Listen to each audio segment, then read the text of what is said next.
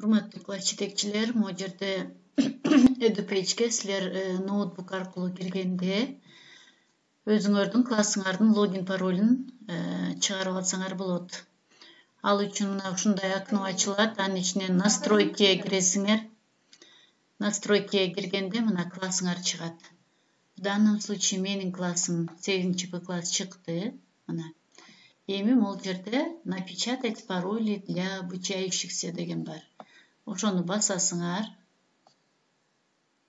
Мына 8-Б класс, только өзүңөрдүн классыңар чыгат мында. Ушул жерге птичка коесуңар 8Б дегенде. Ошондо ар бир баланыкы мына классыңардын бүт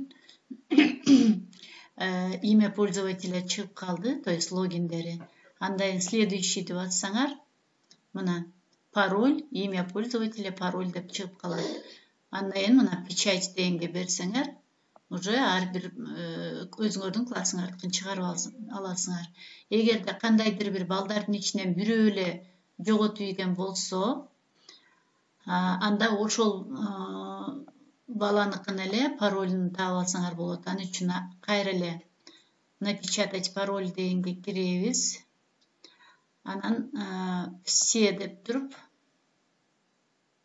калгандарын алып салсаңар болот.